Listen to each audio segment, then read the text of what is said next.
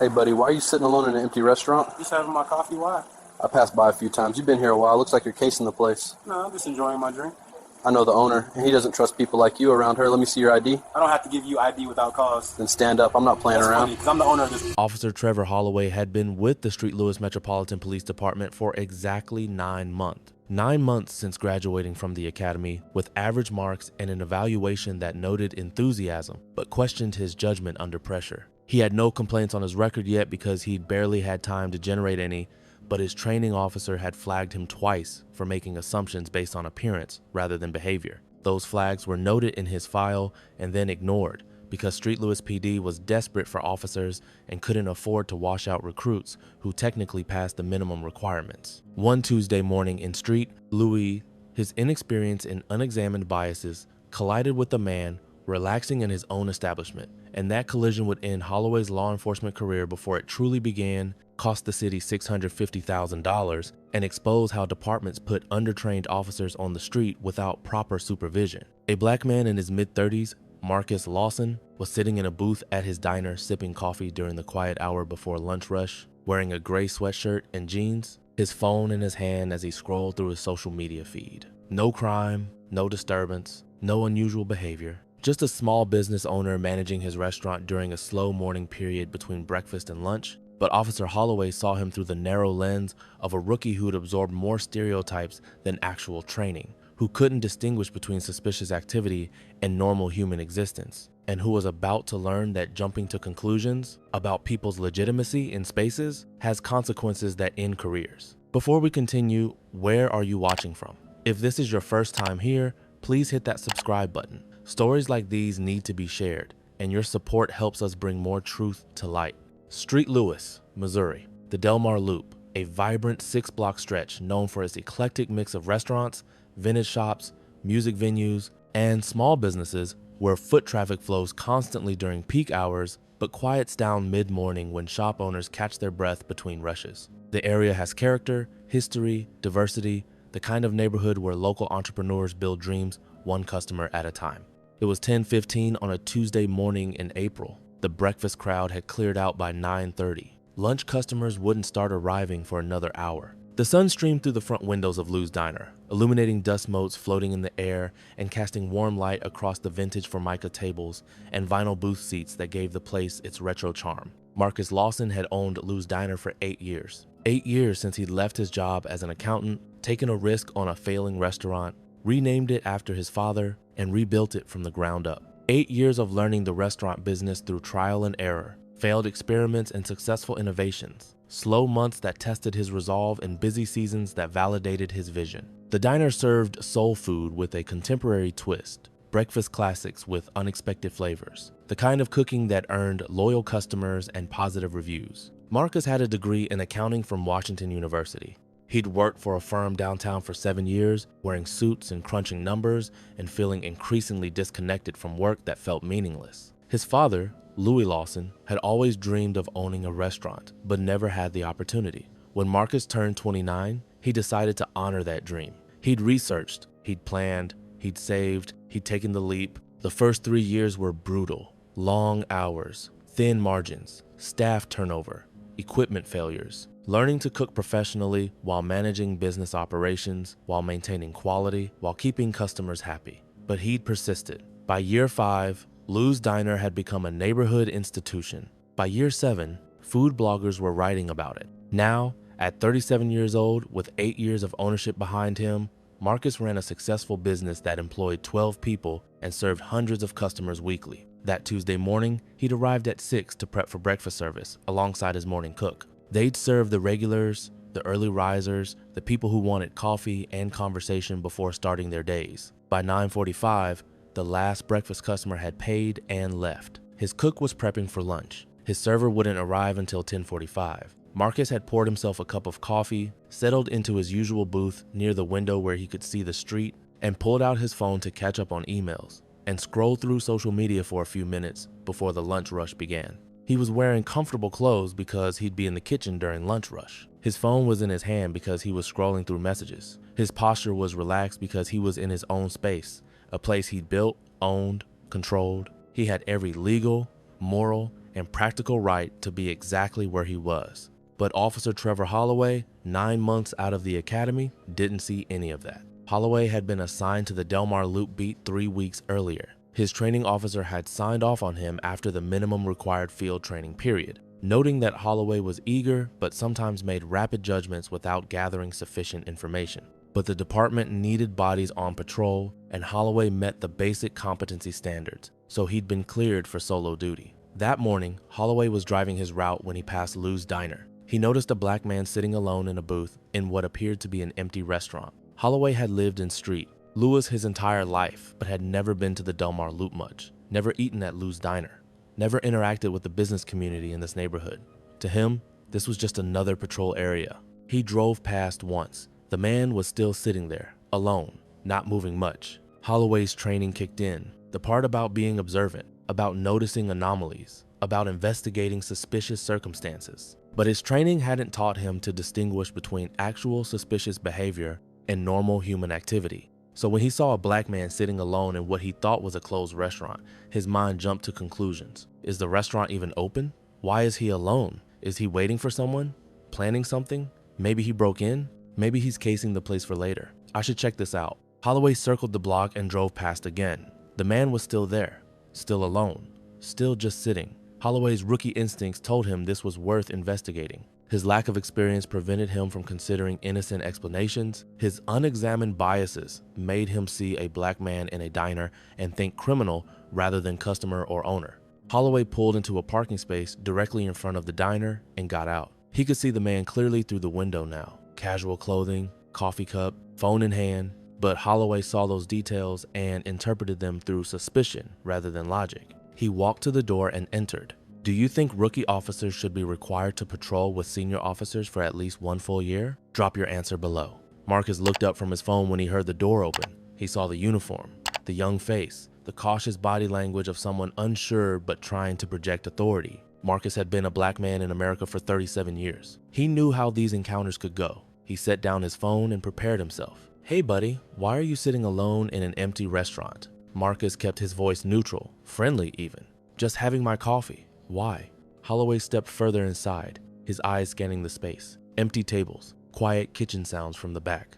One person sitting in a booth. I passed by a few times, you've been here a while. Looks like you're casing the place. Marcus felt the familiar mixture of anger and exhaustion that comes from being presumed guilty just for existing. Nah, I'm just enjoying my drink. I know the owner, and he doesn't trust people like you hanging around. Let me see your ID. And there it was. People like you. The phrase that carried centuries of assumptions and prejudice. Marcus's jaw tightened, but he kept his composure. I don't have to give you ID without cause. Holloway's hand moved to his belt, hovering near his radio. I'm not playing around. Marcus leaned back in the booth, a slight smile crossing his face despite the situation's absurdity. That's funny, because I'm the owner of this place. Holloway blinked. What? I'm the owner. Lou's Diner. That's me. I'm Lou. Well, technically, I'm Marcus, but I named it after my father Louis. I've owned this restaurant for 8 years. Holloway's expression shifted between confusion and skepticism. You expect me to believe that? Officer, it's not about what you believe. It's about what's true.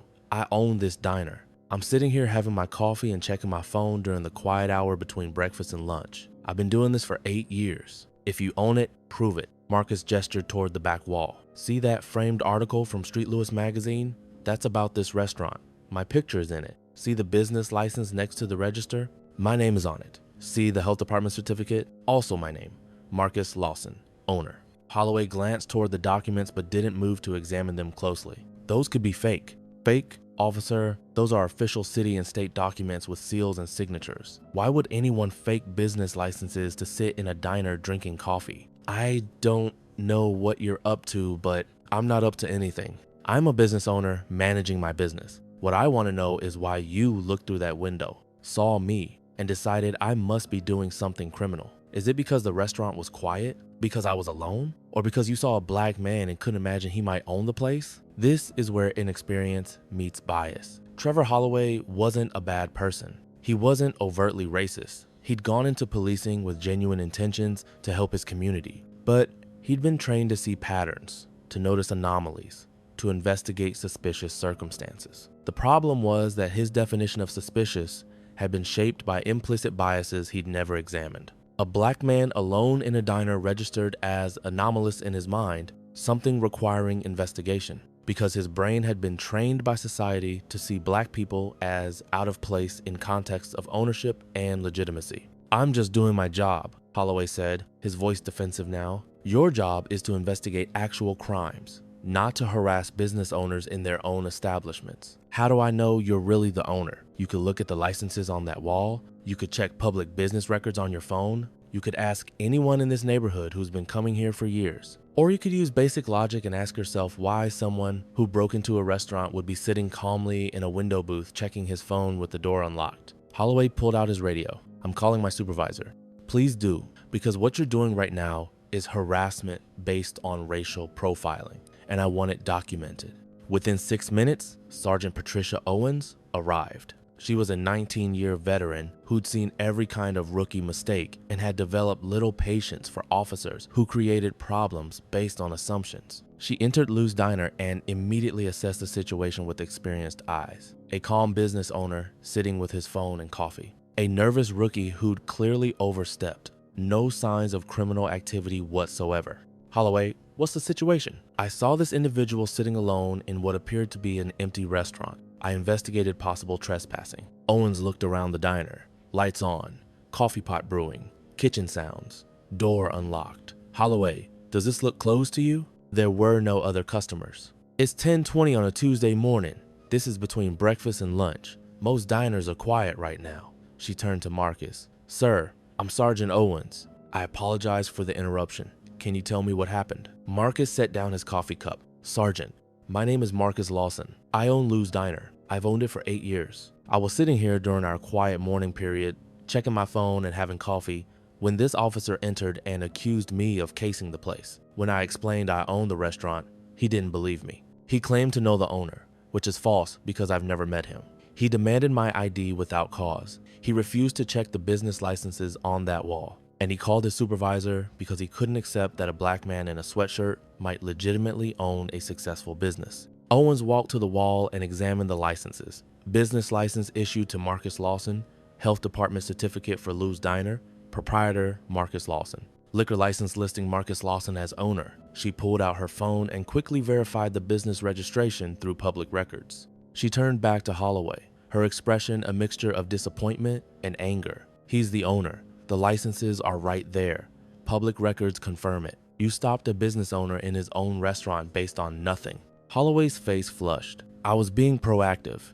You were profiling. There's a difference." Owens turned to Marcus. "Mr. Lawson, I sincerely apologize. This was inappropriate. Officer Holloway is new, but that doesn't excuse this encounter. If you wish to file a complaint, I'll provide you with all necessary information." Marcus stood up from the booth. "Sergeant, I appreciate your professionalism, but I need to be clear about what happened here. Your officer saw me through that window and made an assumption based on my skin color. He claimed to know the owner when he doesn't. He accused me of criminal activity with zero evidence. He demanded identification without legal cause. And when I told him I owned this place, he called me a liar instead of taking 30 seconds to verify the truth. That's not rookie inexperience. That's racial bias. I understand. And do you? Because this isn't the first time I've been profiled. It's not the first time someone couldn't believe I own a business. But it is the first time a police officer has done it in my own restaurant.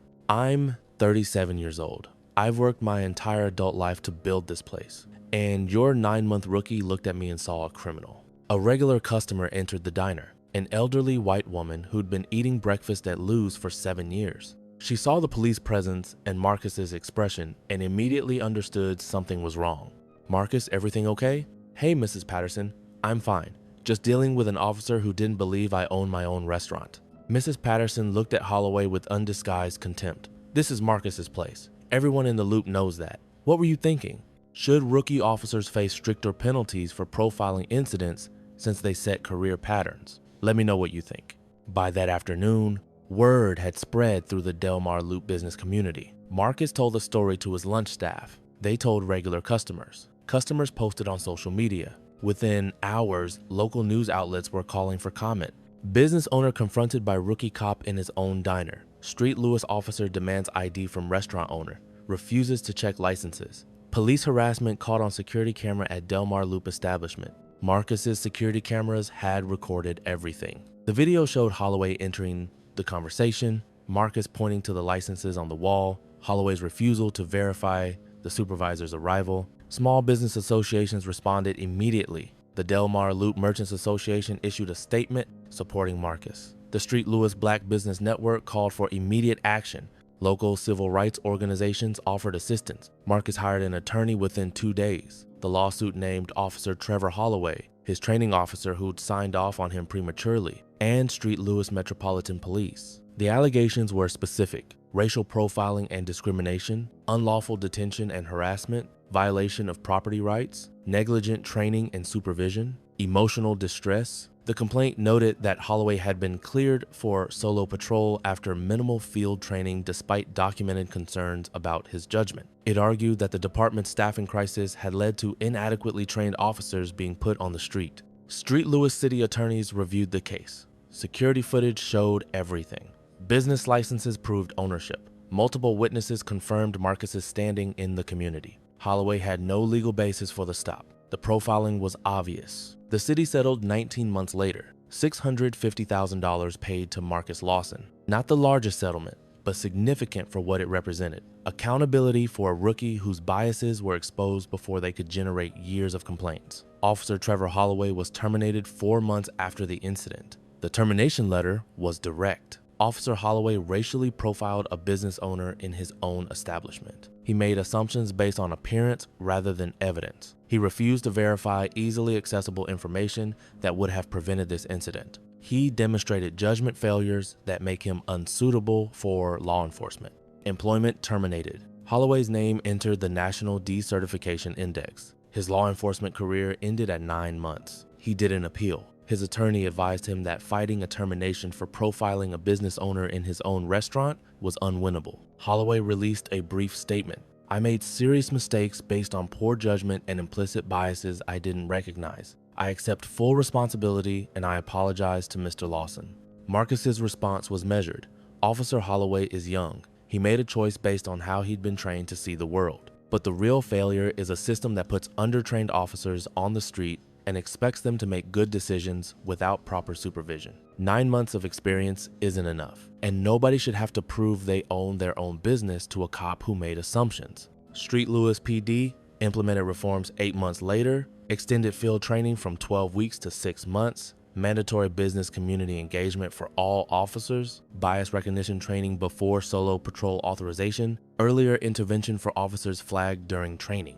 Marcus testified at a city council hearing. "I built this business over 8 years. I employ people. I pay taxes. I serve this community. And a 9-month rookie walked into my diner and treated me like a criminal because he couldn't imagine a black man in casual clothes might be the owner." $650,000 is what that assumption costs taxpayers. But the real cost is the message it sends. That even after years of work, even with licenses on the wall and customers who know you, you still have to prove you belong in the space you created. Why do rookie officers' biases often go unchallenged during training? Comment your thoughts. This wasn't about one Tuesday morning. This was about a department that cleared an officer for solo duty despite documented judgment concerns. Trevor Holloway had no complaint history because he'd barely been on the job long enough. But his training officer had seen the warning signs and approved him anyway because staffing needs outweighed proper preparation. Marcus Lawson paid the price. Profiled in his own restaurant. Forced to defend his legitimacy as a business owner, treated like a criminal in a space he'd spent 8 years building. Trevor Holloway's career is over. That's consequence. The city paid $650,000. That's accountability. But money doesn't erase humiliation. Termination doesn't undo the harm of being criminalized in your own business. The real question is what changes now? Do departments extend training periods so rookies actually learn before patrolling alone? Do they take training officers' concerns seriously instead of prioritizing staffing? Do they teach officers to verify before confronting? To question their assumptions before acting on them? Because if we don't fix the system that put Trevor Holloway on the street after 9 months with minimal supervision, if we don't address the training that teaches officers to see black people as out of place in contexts of ownership and success, then we're just waiting for the next rookie, the next victim, the next business owner who has to prove they belong in their own establishment. Comment if this should be mandatory. No officer patrols solo until completing 1 full year of supervised field training. No exceptions. No shortcuts due to staffing needs. And if you believe these stories matter, if you think proper training prevents these incidents, then hit that subscribe button. We're exposing how departments prioritize filling shifts over preparing officers. We're demanding better. We're fighting for business owners who deserve respect in the spaces they built. This isn't about one rookie or one owner. It's about training standards and the system that produces officers who profile before they think.